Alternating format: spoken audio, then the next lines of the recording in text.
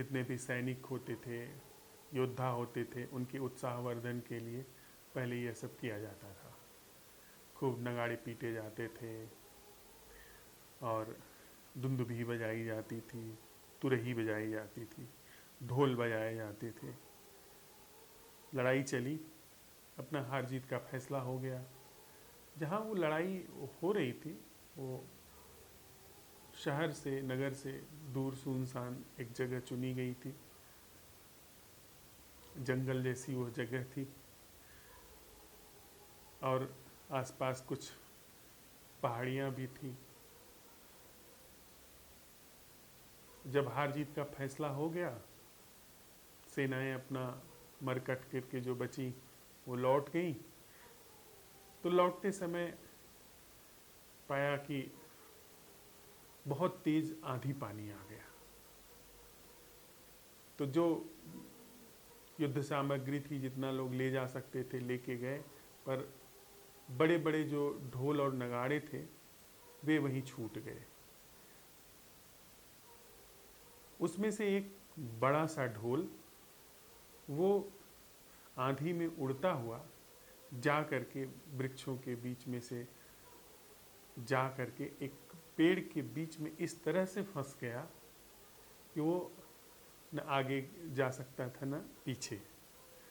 और वो सूखा पेड़ था, उसके ऊपर भुरभुरा पहाड़ था जिसमें छोटे छोटे पत्थर गिरते रहते थे, जैसे पहाड़ों में लैंडस्लाइड होती है। आंधी पानी चली गई। उसके बाद जब जरा सी भी हवा चलती थी तो सूखे पेड़ की टहनी जा करके उस ढोल पर आवाज करती थी, ढम की।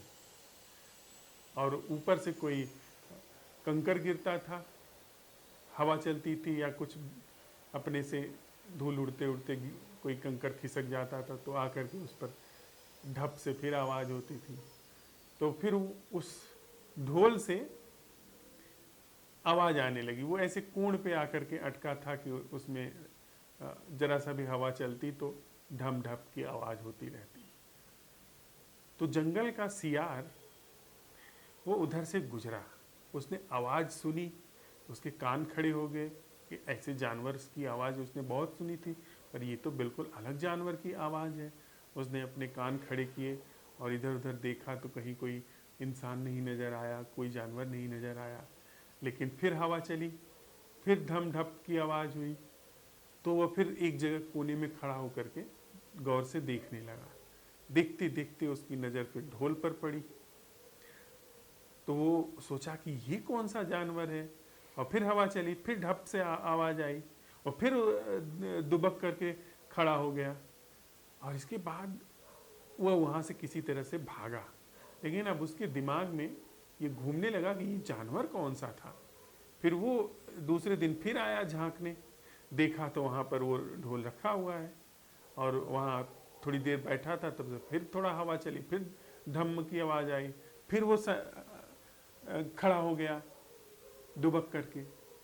तभी एक गिलहरी नीचे उतरी और उस पर कूदने लगी। तो उस पर ढम ढप की आवाज आने लगी, उसके थाप पड़ने लगे। तो उसने सोचा कि कुछ भी हो, ये हिंसक जानवर नहीं लगता है। तो फिर धीरे धीरे वो उसके पास में गया, उसको आगे से सूंघा, पीछे से सूंघा, चारों ओर से घूम करके देखा। समझ में ना आए कि कौन सा जानवर है। तभी फिर एक कंकर ऊपर से गिरा धप से, वो तो फिर उछाल मार करके पीछे गिर गया। कहा ये तो गजब का जानवर है और इसमें बड़ी धीर गंभीर सी आवाज आती है, तो इसका मतलब इसके अंदर खूब मांस भी होगा भरा हुआ। और इसको मारना भी बहुत आसान है, क्योंकि गिलहरी तक इसके ऊपर आराम से कूद रही थी। तो गया, फिर वो थोड़ा टटोल उटोल करके भी देखा और उसको फिर यकीन हो गया कि ये नुकसान नहीं पहुंचाएगा। और इसने यह भी देख लिया कि इसका मुंह दो तरफ से है, एक इधर भी है एक उधर भी। और उसको जब यह पता चला कि इस पर यह आवाज देता है, जब भी इस पर कोई चीज टकराती है तो इसमें ये बोलता है, इसमें आवाज आती है, तो समझ गया कि असली जानवर जो है इसकी अंदर छिपा हुआ है, इसके खोल में है। वो जब कोई छूता है तब वो बोलता है। उसने अपने भी मार ओर के देख लिया होगा, एक आध अपने खुरूर से लौट के गया। सियारिन को उसने कहा कि आज तो बहुत बड़ा एक माल हाथ में लग गया है, शिकार 2-4 दिन की अब कोई फिक्र नहीं है। तो उसने कहा क्या मिला है, और मिल गया था तो तुम खाली हाथ क्यों आ गए। तो उसने कहा कि तुम्हारी तरह मैं बेवकूफ़ नहीं हूँ, मैं ऐसे ही वहाँ से चला आता। असल में उसके 2 मुंह हैं और वो खोल के अंदर रहता है। मैं एक तरफ से घुसता तो दूसरी तरफ से वो भाग नहीं जाता। तो अब मैं कल तुम्हें लेकर के चलूँगा, एक तरफ से मैं, दूसरी तरफ से तुम, और उसको पकड़ेंगे अंदर ही। तो दोनों दूसरे दिन गए। सियार ने एक तरफ से जो उसका चमड़ा था चीरना शुरू किया, ढोल का एक हिस्सा उसने अपने चीरना फाड़ना शुरू किया दांत से, और सियारिन ने दूसरी तरफ से। और दोनों एकदम तैयार बैठे थे कि जैसे ही ये फटे उसको निकल के भागने नहीं देना है, न इधर से न उधर से। तुम उधर से दबोच लेना और मैं इधर से दबोच लूँगा। और वही हुआ। जब अंदर दोनों गए तो एक दूसरे को ही उन दोनों ने दबोच लिया और एक दूसरे को ही मार काट करके खाने लगे। एक दूसरे को ही उन दोनों ने मार डाला। हमारे चित्त की यही दशा है, यहां कोई दूसरा नहीं। यहां सारे संबंध जिसे हम दूसरा कहते हैं वह हमारा निर्माण है, और दूसरा जो हमें करता है वह उसका निर्माण है। और दूसरे का निर्माण करने से पहले हम अपना निर्माण किए हुए हैं। वहाँ वस्तुतः ढोल पोल है, ढोल में पोल है, वहाँ कुछ नहीं है। यहाँ दूसरा कोई है ही नहीं। हम जब प्रश्न उठाते हैं कि वह संबंधित होना क्या है जो हम नहीं कर रहे, जिसमें हमारा कोई हाथ पैर पटकना नहीं है, हमारी कोई योजना नहीं चल रही है, हमारा कोई आयोजन नहीं चल रहा है, जब हम इसके लिए प्रश्न उठाते हैं और सहज जागरूकता हमारे अंदर जगह लेती है, तो यह बात साफ हो जाने लगती है, यह दिखाई पड़ने लगता है, यह बोध में आना शुरू हो जाता है कि दूसरा जो दिखाई पड़ता है वह हमारा निर्माण है। वस्तुतः न यहाँ कोई दूसरा है न पहला है। यहाँ सारी प्रकृति एक साथ है, सारी प्रकृति एक साथ अपने उत्सव में है। और वह जो ऑर्गेनिक अवेयरनेस है, वह सजगता जिससे यह पूरी प्रकृति का, पूरे अस्तित्व का निर्माण है, जो प्राण है, वह भी अखंड है, वह भी अटूट है, वह भी अविभाज्य है। उसको भी हम बांट नहीं सकते। लेकिन गजब के लोग हैं हम। हमारे सारे रिश्ते या तो हम अकेले हैं, या तो फिर किसी एक के साथ हैं, या फिर 10 के साथ होना चाहते हैं, या फिर अदल बदल करना चाहते हैं। लेकिन कुछ भी करते हो, चाहे अकेले रहते हो, किसी एक के साथ रहते हो, 10 के साथ रहते हो, या अदल बदल करके रहना चाहते हो, या चुन चुन करके रिश्तों को तय करते हो, इतनी बात सुस्पष्ट है कि हम संबंध नहीं जानते। संबंधित होने की कला जानने से आशय मेरा है कि वह संबंध जो कि नैसर्गिक है, उससे हम बिल्कुल भी उखड़ चुके हैं। उससे हमारा कुछ भी अब नाता नहीं रहा है। हमारी स्थिति उस सियारिन जैसी है जो ये समझते हैं उस ख्याल के ढोल में, उस मन के ढोल में, कि यहाँ पर दूसरा है, यहाँ पर अंदर कोई बैठा है, ये दूसरे के अंदर कोई बैठा है। हम अपने मन के ढोल में दूसरे का ख्याल बनाते हैं, दूसरा उसी मन के ढोल में पहले अपना ख्याल बनाता है जैसे हमने बनाया है, फिर दूसरे का ख्याल बना करके फिर पकड़ लेते हैं। वस्तुतः वहां पर दूसरा कोई नहीं है।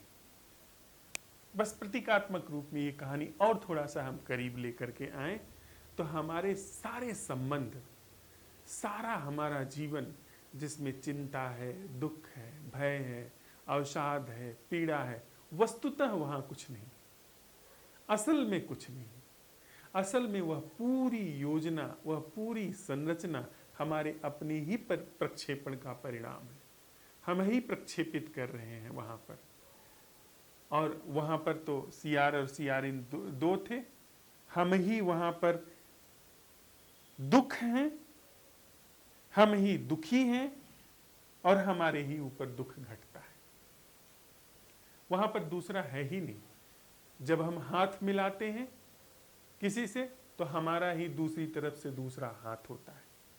जब हम हाथ छुड़ाते हैं तो हमारा दूसरी तरफ से ही दूसरा हाथ छूटता है। वस्तुतः सब हम लोग अपनी कल्पनाओं में जीवित रहने वाले लोग हैं, जो अपनी कल्पनाओं में ही जीवित रहते हुए उसी कल्पनाओं में संबंधित हो रहे हैं। कहीं पर हमें संबंध जीवंत दिखाई पड़ रहा है, कहीं पर हमें संबंध मृत दिखाई पड़ रहा है। हम देखिए ना, जब हम संबंधित होते हैं तो बड़ी गहराई से, बड़े गौर से किसी को पहचानते हैं, और जब हम किसी से संबंधित नहीं हैं, जिस तरीके से हम अपने अंदर डूबे हुए हैं, तो हम किसी को पहचानते तक नहीं। संबंधित होने की कला अगर होती, सम्यक संबंध होता, तो चुन करके थोड़ी पहचानता। अगर आंखें हैं तो आंखें चुन करके थोड़ी देखेंगी। आंखों को दिखाई पड़ता है बिना चुने। वह यह थोड़ी कहती कि यह दीवार है, इसको मैं देखूंगी, यह इसका प्रतिबिंब मुझे पड़ेगा, और यह दरवाजा है, इसका नहीं पड़ेगा। आंखों को सिर्फ दिखता है। जहां सम्यक संबंध है वहां सम्यक संबंध घटता है। लेकिन हम जब संबंधित होते हैं तो पड़ोस में, बगल में इंसान तड़प करके मर जाता है। यूक्रेन में, रसिया में, और जिस तरीके के हालात विश्व में हैं, और ऐसा नहीं कि अभी हैं, हमेशा से इसी तरह के हालात हम बनाते और उससे जूझते आए हैं, उसमें हम बिल्कुल भी लापरवाह हैं कि वहाँ पर क्या हो रहा है, कैसे हो रहा है, उससे कोई मतलब नहीं। बस एक रोचक ढंग की तरह हम उसको देखते हैं, और बल्कि बड़ा मजा आता है हमको कि जैसे कुछ हमारे नीरस उबाऊ जीवन में कुछ रस आ गया। अब बम फूटेंगे, अब एक देश के ऊपर दूसरा देश परमाणु बम डालने वाला है। उसमें बड़ा हमको खुशी होने लगती है, बड़ा रोमांच आ जाता है, कहो तो खून बढ़ जाता है हमारा। क्यों? अगर परमाणु बम इस घर में फटने वाला है, इस कमरे में अगर बम फटने वाला है, हम बड़े सजग हो जाएंगे। लेकिन दूसरे के घर में फट रहा है, हमको कोई फर्क नहीं पड़ता। यह संबंधित होने का ढंग नहीं, यह संबंध ही नहीं। ये संबंध के नाम पर कोई आयोजन चल रहा है, कोई तिलिस्म चल रहा है, और उस तिलिस्म से पहले एक तिलिस्म हमारे ऊपर मैं के रूप में हमारे अंदर चल रहा है। तिलिस्म मैं के रूप में हमारे अंदर चल रहा है, और फिर उसी तिलिस्म से दूसरे से हम जुड़ रहे हैं। यह संबंध बिल्कुल नहीं है, यह संबंध के नाम पर धोखा है। इस ऐसे संबंध का अस्तित्व है ही नहीं, और जिसे हम जीवन समझते हैं वह जीवन ही नहीं है। वह जीवन के नाम पर गहरा धोखा है। वहाँ जीवन के नाम पर कुछ और घट रहा है जिसका कहीं कोई अस्तित्व नहीं। तो जब हम असंभव प्रश्न उठाते हैं कि वह जीना क्या है जो मैं नहीं कर रहा हूं, सब कुछ ब्लैंक क्यों हो जाता है? क्षण भर को ही सही क्यों ब्लैंक हो जाता है, रिक्त क्यों हो जाता है? क्योंकि यह पूरा जीवन झूठ है। संबंध के नाम पर जब हम सवाल उठाते हैं अपने भीतर कि वह संबंधित होना क्या है जो कि हम नहीं कर रहे हैं, तो हमारे पास संबंध की कोई रूपरेखा क्यों नहीं पता चलती? हम बिल्कुल वहां पर कुछ एकदम हाथ से सारी चीजें क्यों सरक जाती हैं? क्योंकि वास्तव में संबंधित होना वहां अभी तक हम जान ही नहीं पाए हैं। एक मशीन जैसी चीज, यांत्रिक चीज, जीवन के नाम पर यहाँ पर जी रही है, जीवन के नाम पर संबंधित हो रही है। हो सकता है यह यांत्रिक चीज मिटे, जिसके लिए हम आप साथ साथ चलते हुए यह अन्वेषण कर रहे हैं कि वह आयोजित, वह यांत्रिक जीवन क्या है जिसने सहज जीवन पर कब्जा जमा रखा है। तो हो सकता है कि यहाँ इस पूरी प्रकृति में कोई विभाजन हो ही ना, कोई असंबंध ही न पाया जाए, असंबंधित होने का कहीं कोई प्रश्न ही न पैदा हो, चाहे वो प्राकृतिक तल हो या जो स्वयंभू तल है जिसको हम नैसर्गिक जागरण का नाम दे रहे हैं, या जो प्रकृति का जो अभिव्यक्ति का तल है, उसमें हो सकता है कहीं कोई विभाजन ही नहीं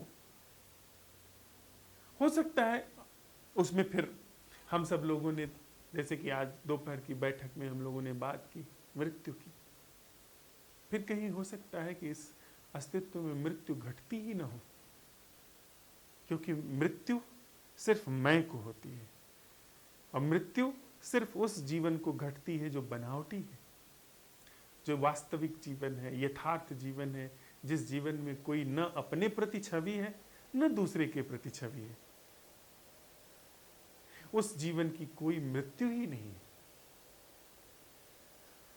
तो हम आप साथ साथ चलते हुए इस असंभव प्रश्न की कीमिया को, आयोजित जीवन जो कि हम स्वयं आयोजन हैं, उसके परिपूर्ण भंजन के लिए उस कीमिया का अपने जीवन में अवतरण होने के लिए रास्ता बना रहे हैं, अवसर जुटा रहे हैं।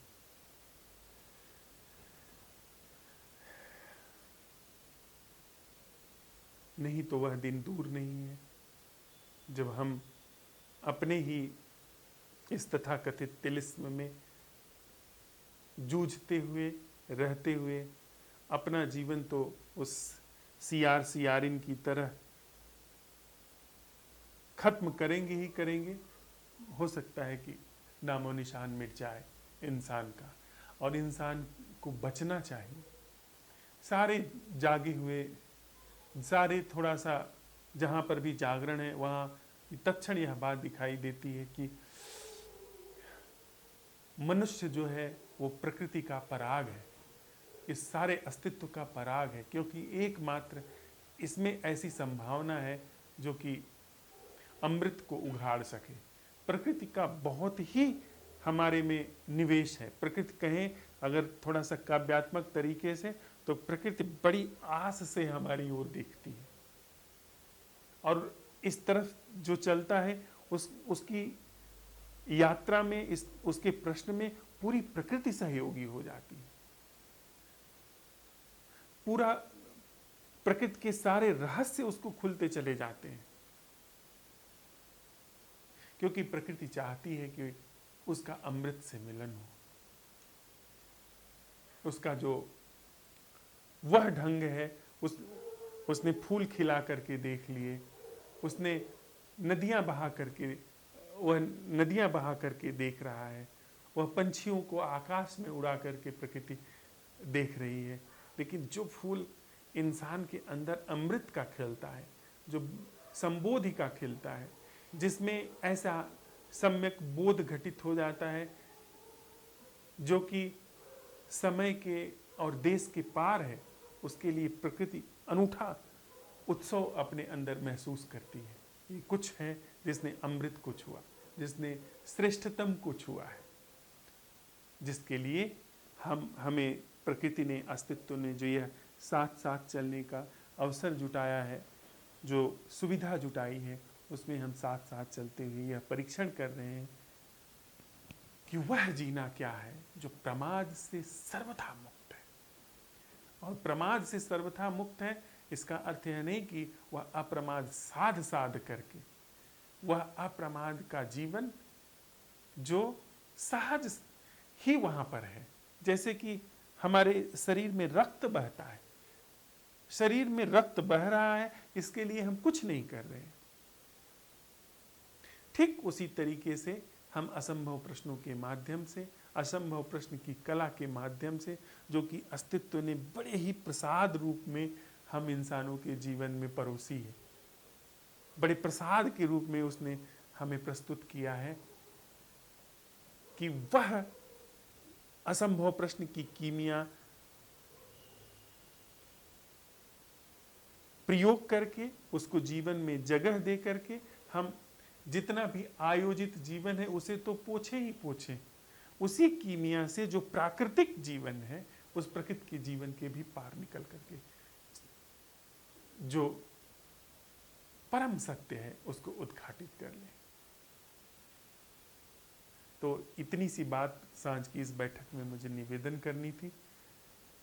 थोड़ी देर के लिए हम लोग साथ में बैठते हैं, जो भी कहा है और सुना है, और इस असंभव प्रश्न की कीमिया के साथ, इस असंभव प्रश्न की कला के साथ थोड़ा सा प्रयोग करते हैं कि सच में ही यह कैसे काम करती है, क्या इसको हम उतना समुचित अवसर दे रहे हैं जिससे कि यह भली भांति हमारे जीवन में जगह ले ले और उस ऑर्गेनिक अवेयरनेस को उद्घाटित करती चली जाए जो कि हमारा अभीष्ट है।